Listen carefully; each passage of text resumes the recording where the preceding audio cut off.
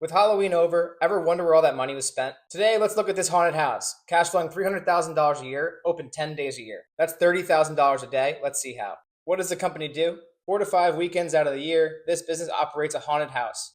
They maintain 3 experiential haunts, including a 1.5-mile walk. For operating hours, the current seller operates 2 days a week, 4 to 5 weekends a year. For location, it's based in New Jersey. Now let's look at some of the numbers. They're asking $1.75 million for the business and the real estate. The real estate's a big component of this purchase. It's $1.5 million, and it's included in the ask price. They list $300,000 a year of cash flow. For established date, it's been around since 2013. On the multiple here, we'll run the math including the real estate and excluding the real estate to get a better idea of what the business is valued at. Entertainment and recreation companies typically go for 2.8 times.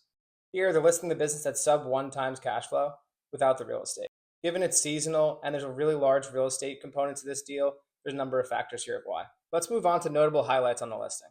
First highlight here is it's established. It's over 12 years old. Only 30% of companies make it past 10 years. Next, the zoning here allows you for some different options. The seller says the property here is zoned for additional possible use cases, including a vineyard, microbrewery, working farm, etc.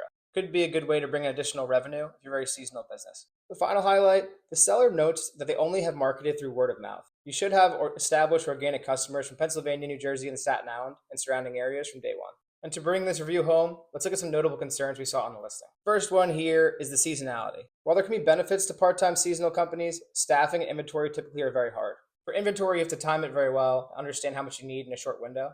And given it's part-time labor and part-time staffing, it can be hard to keep the same people in place year over year. Next, the facilities here, they seem to be home-based with the potential for a fair amount of upkeep. You want to dig in more and understand, is it commercial, is it residential, what's the actual venue and facility?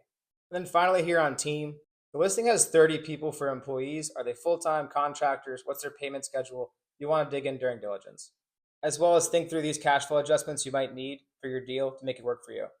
That's a review, full listing below if you want to take a look for yourself.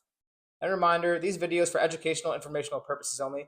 Please do your own research. You can lose more than 100% of what you put in.